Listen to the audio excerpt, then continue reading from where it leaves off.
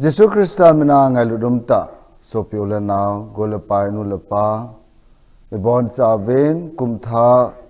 pakai kum so kum sang ni le som le koi mu the je ven ma sa pen penin pathen thang wa hu tin I ho le ho jong kum tha salam ki pito hu te tu nya ise nom pen tau hi Christian te I chon dano Christian hin khu ja chum jep a hi anga ye ti hi ka boi pi no min tu ni in jenam ti le Manipur se hilovin Northeast gam kaya thing lang mi ho ya abon tabanga hi Christian I hita be ain la nitin hin khu iman na wa ni ve na hele ule now ho na be na ja chom Christa min jong hepalo ho ta san lo ho hin khu man to igiba now om na la jin ja chom be a mi o cha the mi gin cha the mi pa cha the hin khu imang hi lai bin je phamo le nei je na me ti le ai ho chu ti mai dinga pakai ai ko he po in mu chi ki tu hi vin mu chi chu ke do ding ga ding asep zal ding apo zal ding wa noi adip ding ti na he hi chin ding a chu pathin in ai man cha no mo hin tu nin pathin ai man cha nom wa ko na zam do kilep do zam mang thil chom ama lung dei lam ama thanam lam bo la pathin ko na he phalo tam pi bin ei so ta te khang la ya chu ipianity tam so ta te khang la ya chu hesogan thi dim se kisu gan the na khang an hi First John bung ni chang som le li an simul hen ade da tunya ka sei masat pen nom chu ke man kadoi masat pen nom chu khang lai te hi bin hi it's a First John bung ni chang som le li isima hele khang lai te hon hinatu pha zala ahin kho anape do wa athawa jungu anaphar thing wa ko na Christa thusim se phunga anom be ne kelina anom pa chu phatata ni mu bin hi ijena mitile ama hon hi chikhang chun aphalo pa hi anazo tho bin hi thil phalo akido sa po bin ama hozon azo ve ti ki mu nahi hichwa kon chun athu hong chi in Allah hong chi in te ka khanin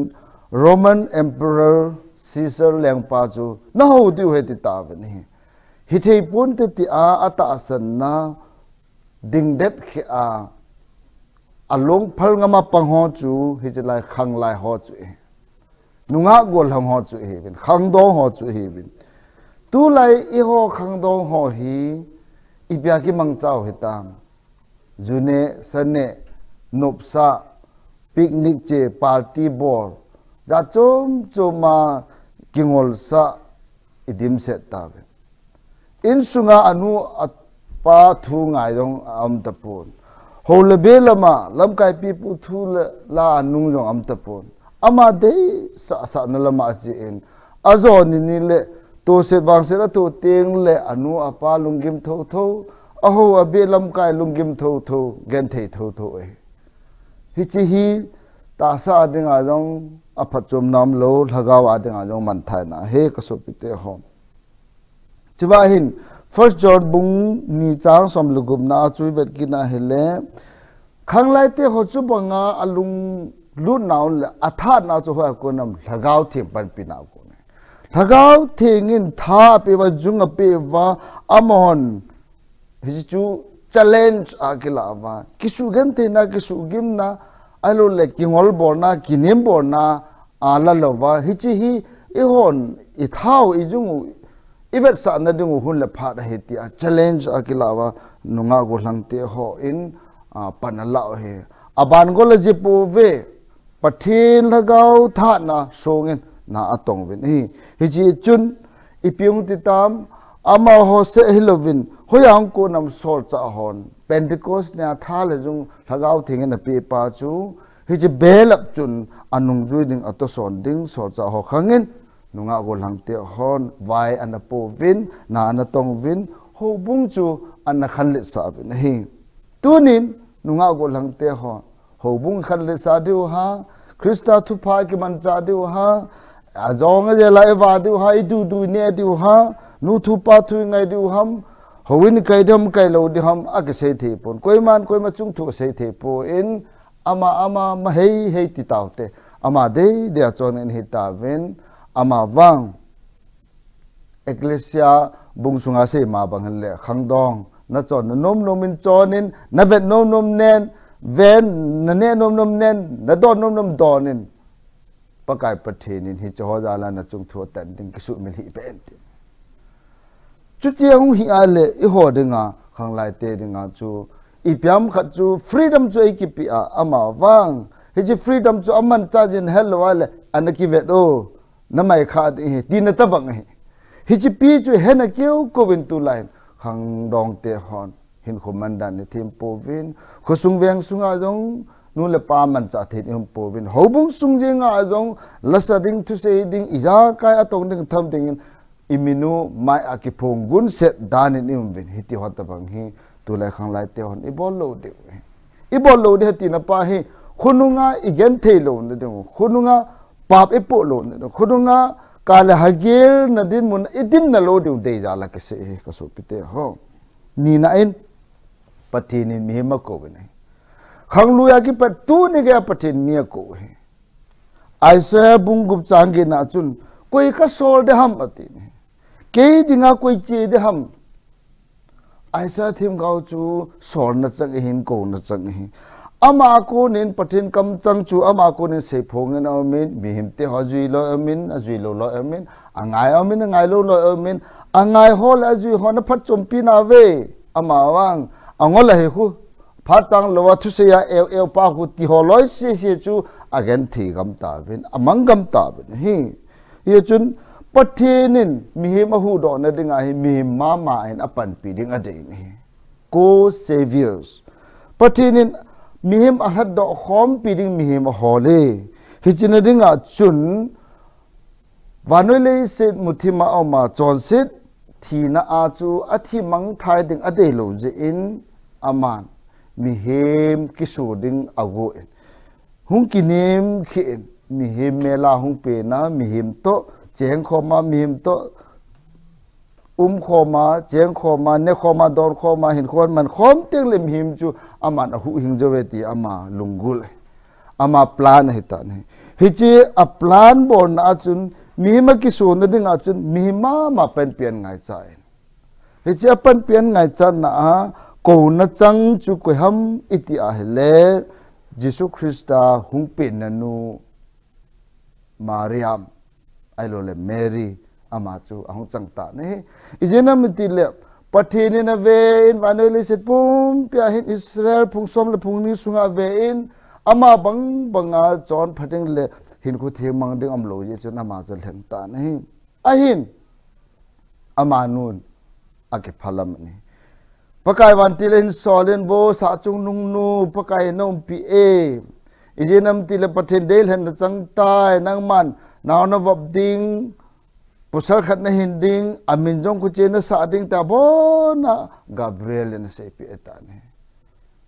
hichun Mary ni pi sem iti hi thei dam ki pusal to la ka ki bop khapun imala ka hepun dong ma jong ka nei pun jinei ding jong ka gel pun nang naw na bop de tan mo te hoya ka kila dham hi thei pon te chawang chu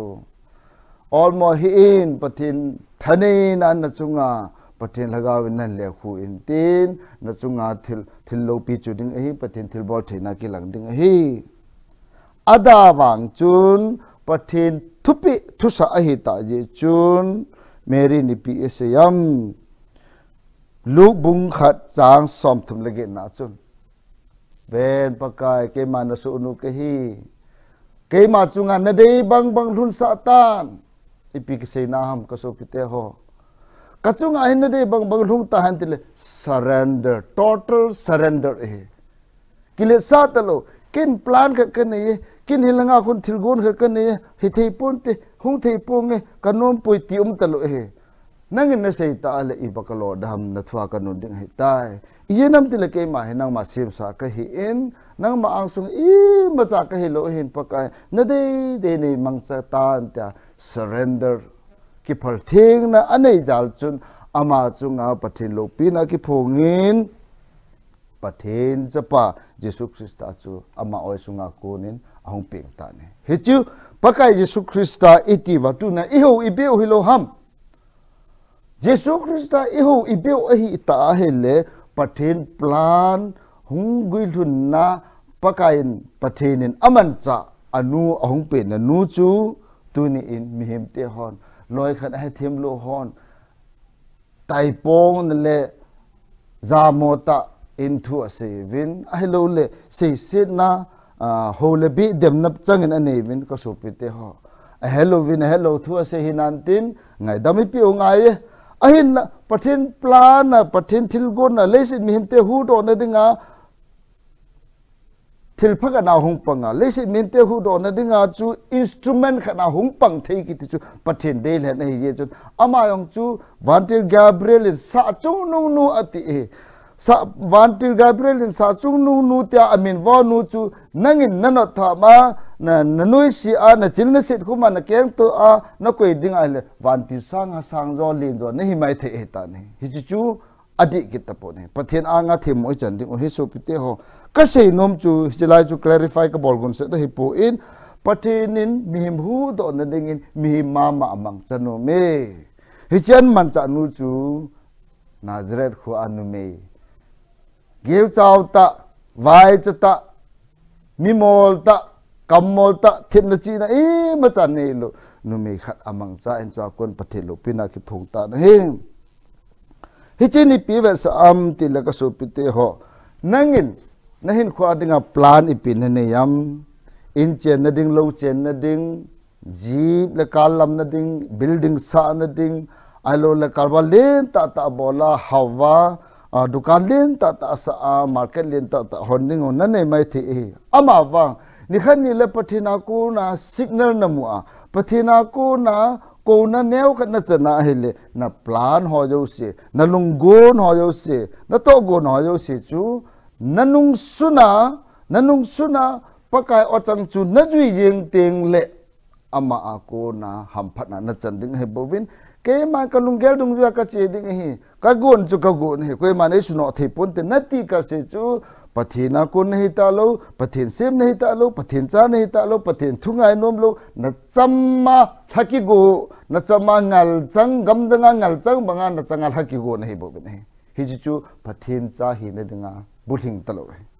hi ta bang buling lo ho chun le sin hai cho no pha an bol ji ho bung sunga boina asimin khosung beng sunga boina asimin society asumin sin azan anam asumin si the ne ipia ko nam pathin ko na o don selo ho pathin ko na o ngai likiwa jui ho wang chu lopina achan se lovin anam mi te jo hu do jo win ain sung mi tong ki pana lung muna phin a khu a veng agam alhang alei sit mi him chan khom pi ho ding in lungmon PPO min thanu PPO the he tu lain ve leo hen mi jo se hi a boy ngan eta ne busy every day busy every time phat do se phat ong kan nei poi mai cham di phat kan nei poi khula len ding phat kan nei poi ku chi kan nei poi ke ba ku chi niong ka boy pathena de nga boy na phat the meeting kan nei party kan nei wedding za choma kisa boy na pakai pathina dengan nidan kha jong pethelo social work dengan nidan kha jong pethelo hin khoi ma ama wai hin nadam na e pe wa tha e pe jung e pe wa bangol e pe wa o e pe wa mitle ha kam lelek bon ke ta spum pi pathina ko ne ti kisu mil juivin e ma de den ke mang ta ni hiti hotem tem ja tu nya hi elese din ho hi cho no phao me ka se nom pian chu Christian ihi vale ahilo ho bet ju theu mangani so pite ho to le ta go min tu sim se win go lang ni ju kham hone kital honen na thi cái lên bên cái khen tổ hơn này anh del bên quay là quay hemo cái nào chú thì Peter là Paul là he thì khát bao chú Peter khát bao chú Paul hồi ai Peter chú thì cái nào hơn tại mua thì chú không hơn he thì ta chú không hơn ipila chú hồi là chú cái là hơn he à thì bên này Mary na chú à lẽ đòn hơn là không hơn he a picture chú ipiham có số Peter ho Peter John chú không mà cái nào hơn ta hồi là chú cái là hơn Mary na chú Christian image hiva chu ikichayo he kaso pite mi hemte on Christian ho cha khu ati thein re theilobu Christian ho pi khu tia ki cha theya hin ho iman pau he chilai ta chun ei sol pau ei ko pau jong izu chai de yengo Christa Jesu minai ki min wo naw jong amin me ama tai tom be bai pan hite bang hin ho iman lai se vin ule naw hello lai te ho de nga het jong ha kỳ đã giống dingu thì đã giống đi số pite ho tụt anh nhìn lại hình ấy là ấy cái ngày to mà thì chú ý na pam pa ya jo bên cái sự tan surrender ngay je ipi plan này giống là chân bắt hình nãy đây sa hệ lệ ít chế in thì chú sẽ ta bên aban cái này hình sol cha ho chân event cái đinh hệ lệ ipi này thì tam sol cha ho chun anh ấy ago lúc bunga trang som là khát cho nên về thế lúc bunga trang som là khát nào chun anh ấy ago dấu si adal havin Jesu nói gì ta vậy heng này là go dal ha apa cái nung gì thế ai vegil kít na lao lên thế cả kan Peter chu lens ngâm man ấy ipian này đó ngâm man chun len khát to nên tin à len nhung chú xí đệ đủ kinh là phát xí lệ phát ông mua len nó khui bài bé khát to cái buồn tin kieng có asida sandal asida cái bụi kieng kêu nó tâm rõ và mấy tin chỉ chú hi mấy ama vang Jesus Christ ki munia ada la chú ipi ha mo a kuông to ki to nó kuông to a bài bé to a len to hi chang thum bo cho da la cho ai và ngay Bible sẽ cho anh ấy go jo si adal haven Jesu nói gì ta vậy tâm pi này tăng thom chắc hẳn này tăng nên này không chú nên nung xuân là ngay này amin này pi ham lấy nung ngày na lấy nụp sa na lấy xin na hậu sân na lệ na là nó nung xuân in lang pakai chú zonin zuin ti na hết chú Peter example Saul sa ho example amo wang ka se ma I ma cha ne lo he ne kham chu ada ha kin na la hi chu ai ai le ema it say da ki chang ngai lut na selfish motive changa oi wa ding changa min phat ding changa hoi ding lit ding thau ding dam the ding ti se de na hitalovin ei hin na chu mi a pe son the ei ki pan na chu mi a pe son the hin khu man the na ding a chu ine ego da la ikipa na ho jo se da la pathinu zui nga ne ingai nom lo wangin hinte ka kit di leng hichiwa yung pathin plan a hinte ka khatin pakai wantil chu pathin in sola meri ko ma an sola chu ka chelang meri chu ka sei pi to ke man ma ka hlen he ahu hing ban noi le sin hu hing pa hung pen na nga hichin hu kal hen hin ga sei pi to ta Vantil Gabriel hung sola chun Mary chun no chiwang chu thei pon te ki chu ya chi khai lo ai ti ko ma ai lo le se na hi ipi plan kan ya ipi ne het phawam ki ti wa ki mang the pon tin an da jing han la an dal tan jing han la pakai su chu peng loading le se mi te so chan na mu lo du ain wang phat ta in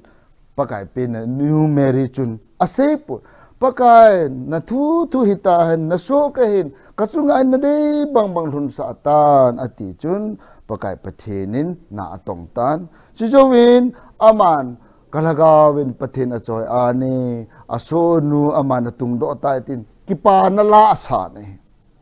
aile aso pinu Elizabeth ko ma ga chiyong chun thil kidang ta so kita ne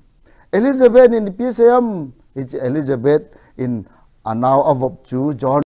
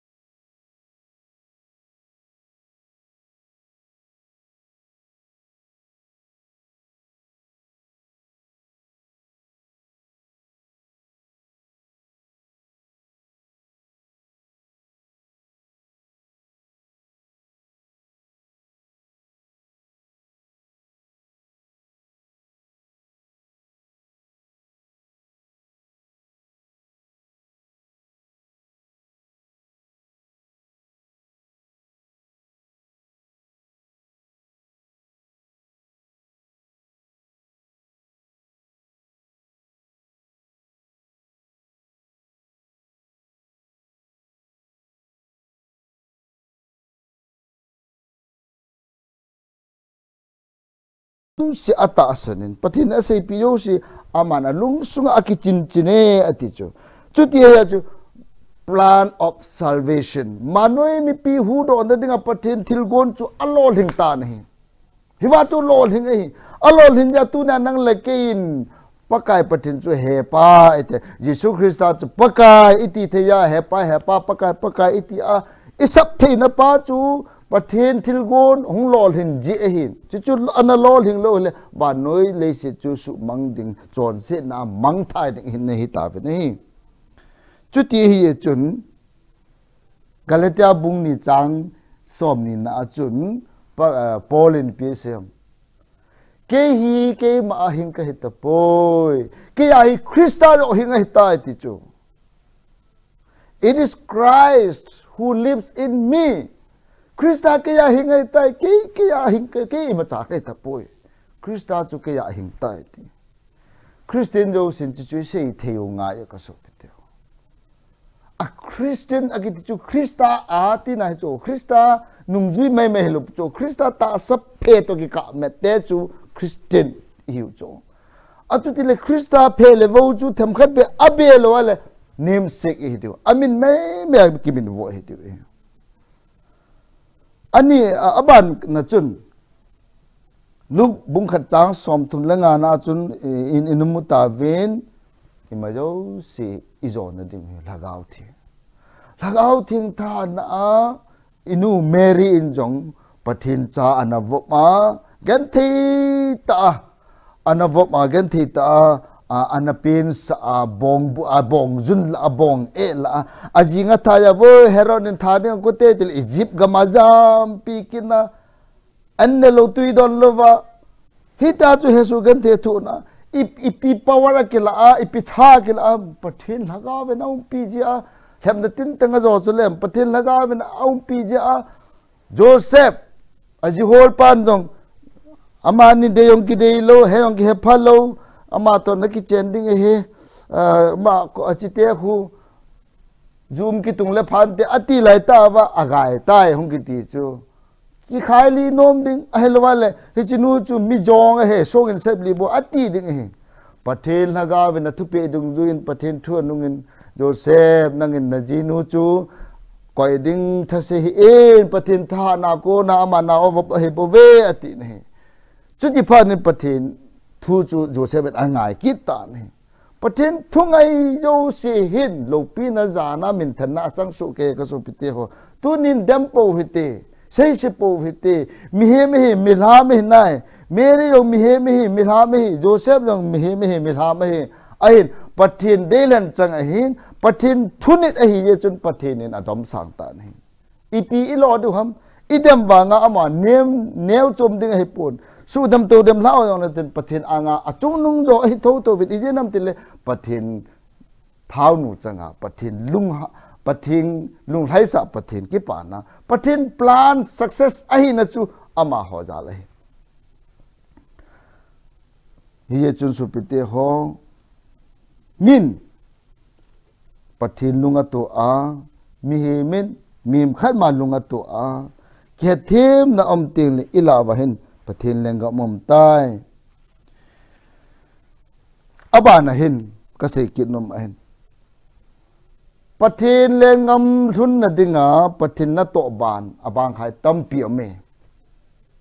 he che abang khai tong ding Christian te ko hi ve Christian te lentum hi ve amina Christian baptized na baptism record na register ke bola hobu member hi a hop so ma cham pe ki chai a hi po nahi membership la me ding hi po nahi member nahi le member chun to khat na ne nga ne pathin lenga ma dinga ko savior ka ti tan jo hu hing khom ding a hu hinga pang khom ding pathin ai de ve Matthew bunga chang som le lin a chun nang ho van noi va nahi ve van noi va agitile asal va tina he nanga ko na mi hon khomu ding nanga ko na mi hon lampi lamhoi amu ding tunin Christian do se hi ti chun va chun pangul hen ipi se du ham Manipur se ka hi katipoi North East pum pi bona hiting wa hitan Christian is so ke ding ane pe ni Manipura Christian ho thinglang ga mami te ho ise dang u be zal na ma ki bau phung la cha nga ki bau be le phunga ki bau ki tu mo na ki gal na ki tha na ki mat na ki mu na ki mit tham na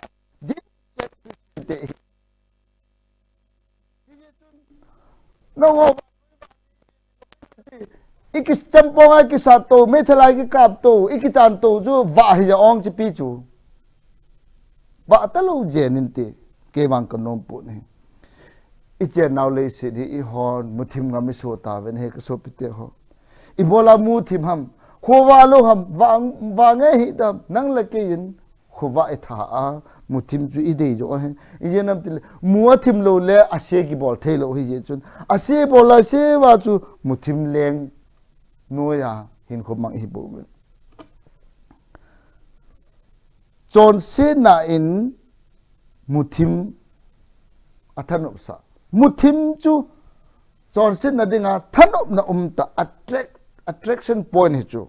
gilo na pa dinga chu muthim hi de ma ma hi ahen pa ka no muthim nei te po ve no ho va nei va noi va nei you are the light of the world lấy sit hin hon salva minati he lấy sit isalva au na mo tu nya he ade na Manipura che thinglang mi te ho he iti salva mo ham iti sana salva ding tiu ha imei thala salva de tiu ha champonga salva de tiu ha alo tu la ya nunga ko lang ka poi lekhat thim aching ka ti holoi no mobile WhatsApp ma ham ngai lo pau ngai lo gam tina upload di bol vai the thang wa mi su lung hang hi cho chu isel wa naw ham pathe ni ko naw to ki to pon pathe ni nei thupi naw to ki to pon I pelam pa nga salwa di ham tu nin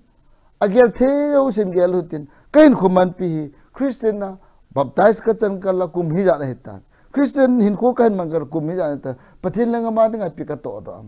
pakain va noi chi ne he chi khu a lo ting le ima cha na pang poetin chi bunga ka le nai ma va noi va ne he tin ka va ai nai mo kai pi hi iki khol ji hu nam ka so kite ho ki khol le hen wang iki mu do de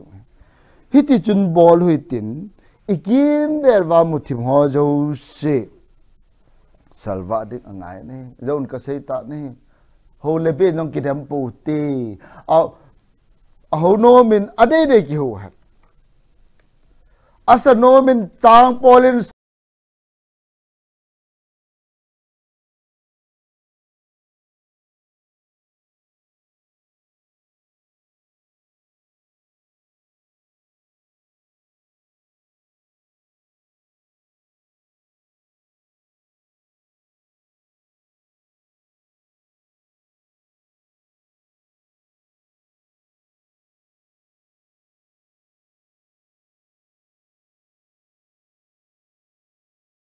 khumen na talwa hele sa khuin be na en koima hu hing jo ponte ka so pite ho sana ho bunga omin dang ka ho bunga omin na chon na khan na thu se adi lo le ho na tong ka hin na tia na jo wa na se an mi pi te lep la ding na bola mi pi te thudi lo na hila te ka khana adhar card ki ka ho po yong chu number jagup le som gup le gup ti ho po na se kha a và nói in universal truth đã anh ấy khai ông chú năng ai lo anh lệ mà hele năng đừng ai ông chú to lo tham lo say lo ông lo đừng hít chỉ lăng chân bồi bồi tiền cái số bít ho ule nào đang hòn lấy to la leng musel khát atu a jing ka nela akhuruma so te nga aki ngai to theile hingjing pathen ho ibola ki so chada dam ama wang koi so chat lo chu nang kin ke kin a hipon a ho pan thuta le thaga bin ho hen thuta le thaga ho teng le itin ma jang ama chon di intin a chon di chu pakai na de he hi je chun hi chilang chu lel hau tin hi chilang chu pail hau tin ki dem kina ki bau ki sei set ki muda bele phung le chang za le nam